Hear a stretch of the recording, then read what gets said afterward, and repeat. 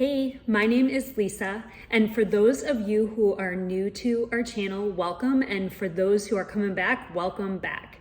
So this is a series of videos that I am going to do called Cook With Me, and so I am just going to kind of bring you along and show you what I'm cooking for dinner. I follow a Mediterranean diet or a Mediterranean way of eating, and so I'm just going to show you some easy, healthy, from scratch recipes.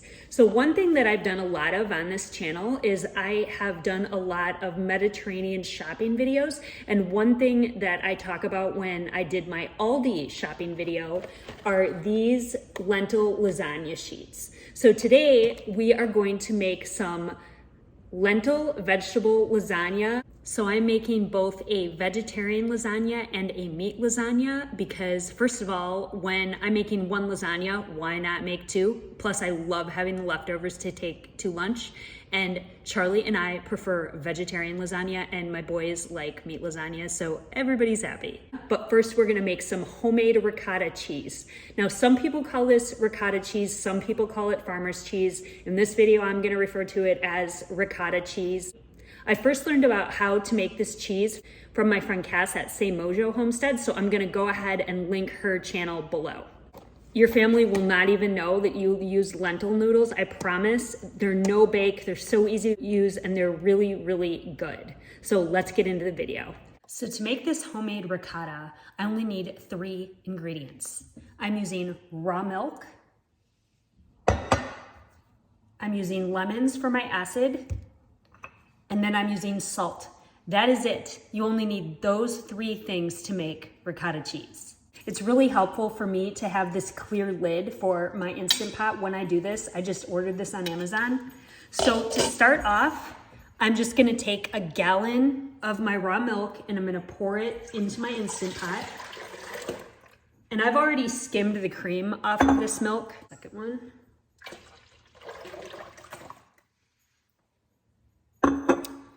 Then I'm gonna pop my lid on it, bring it so you can see. On my Instant Pot, I'm gonna hit the yogurt button and I'm gonna hit adjust until it reads boil. And then I'm gonna let it go until it beeps. Okay, so I am slicing my lemons. I need a 1/4 cup of lemon juice to add to my milk after this beeps in here. I'm kind of eyeballing it. I've made this several times, so I pretty much know exactly what I need.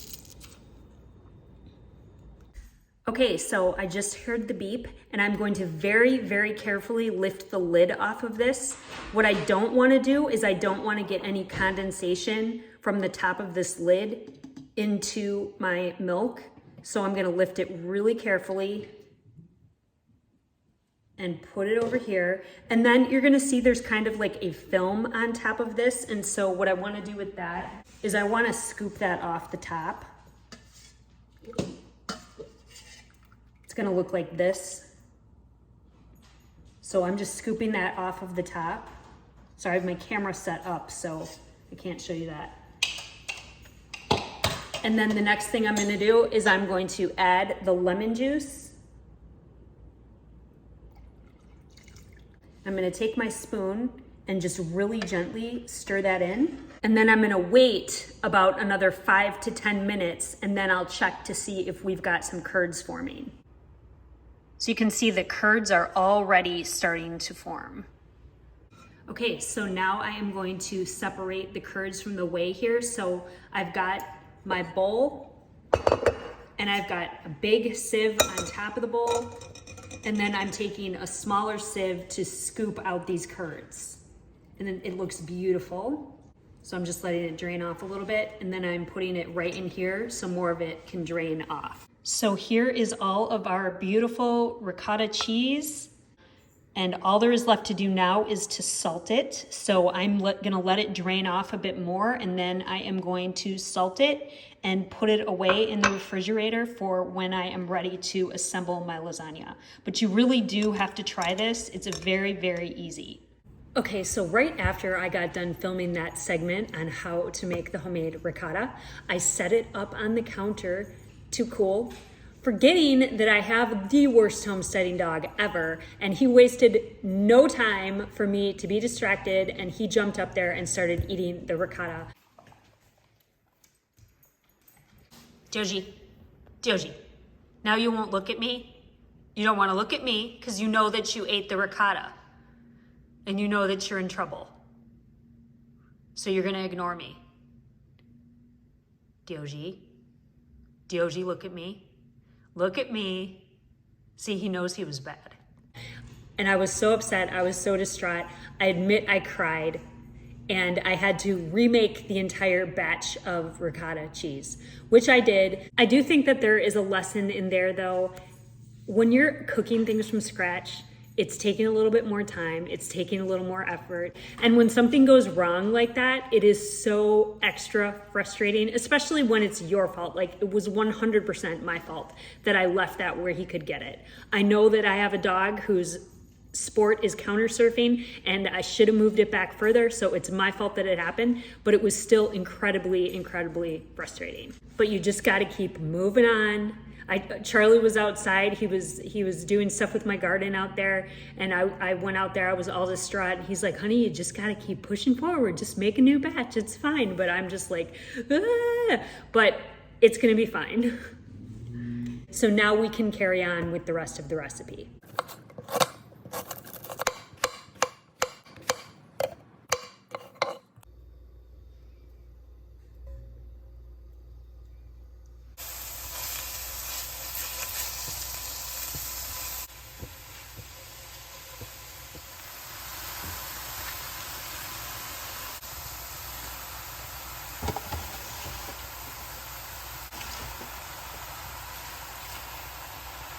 All that spinach just wilts down so fast, and what seemed like a lot does not seem like that much. This is a perfect amount for this lasagna.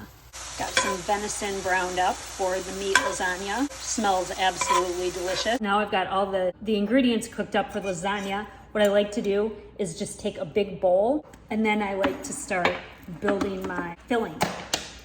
So this is, D.O.G. He's already over here. He smells. I just lifted this off the ricotta and he smells it. You're not getting it again. So this is that beautiful ricotta that we made. So I'm going to take that and I'm going to put that into my bowl. Maybe someday when you're a really good boy, I'll make some just for you. Today's not that day. So I'm assembling the vegetable lasagna first. Then I'm going to take the mixture that we did with spinach and the mushrooms, and I'm going to put that in. And then I am going to crack 2 eggs. So these are farm fresh eggs. So I'm going to take 2 large eggs and crack those into the bowl. Whoops. 2. Thought I was going to get shell in there, but I didn't. And then I'm just going to kind of beat those eggs really quick and stir this mixture together, and I'll show you what it looks like in just a minute. But cooking from scratch really is not as daunting as it may seem like it is. And when you have really good fresh ingredients, it just all comes together really beautifully. So this is what my mixture looks like so far. This is the ricotta, the onion, mushrooms, and spinach, and those 2 eggs. So the next thing that I'm gonna add in there is just some Italian spices. So this is just a dried blend of Italian spices. I am also going to pick some fresh herbs from my herb garden. And then my dad is a chef, and he always told me that whenever I use spinach in a dish, that I should also use nutmeg because it just brings out more of that savory umami flavor.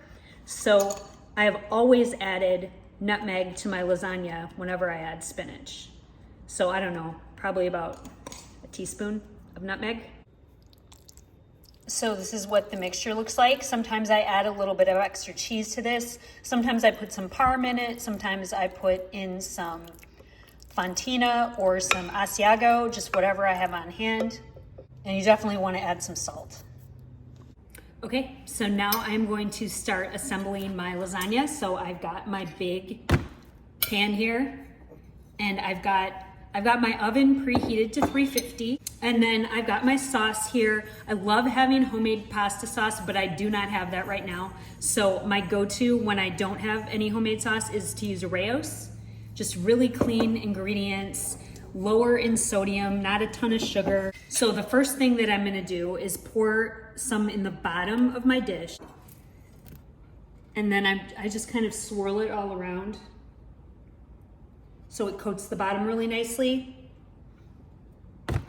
And then I start layering my lasagna noodles. And so as I said, we're gonna use these green lentil lasagna noodles from Aldi. And I love these. I use them all the time and no one can even tell the difference. And they break really easily too, so whatever type of pan you're trying to use, they'll fit. You can just break them. So I'm just gonna layer these in here. And because I'm using a round one, I definitely need to break some of them. And the thing is, it does not need to be perfect. So I'm just breaking them and fitting them in here. See, so I just have the sauce down. I'm layering the green lentil noodles on top of that. I'm finding this way works much better for this pan size. And then one last layer of noodles. And then I top the rest off with the rest of my sauce.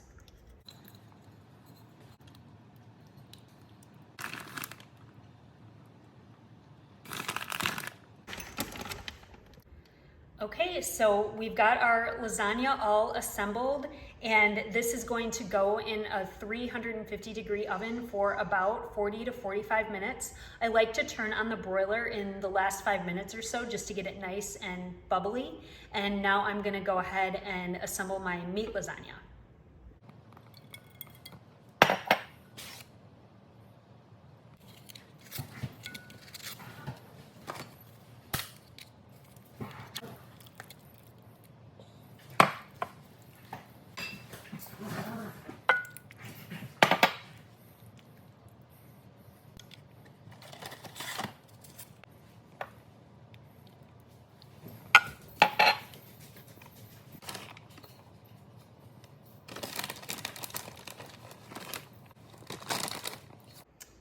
Okay, and here is our venison sausage lasagna. So this is also going to go in the oven, and dinner is going to be ready soon, and it is going to be delicious. So delicious and bubbly. I wish that you could smell this. Absolutely amazing. So I hope this inspires you. If you've never made lasagna from scratch, if you've never made ricotta cheese from scratch, give it a try. If you liked this video, please let me know in the comments, and let me know what other kind of cooking videos you would like to see.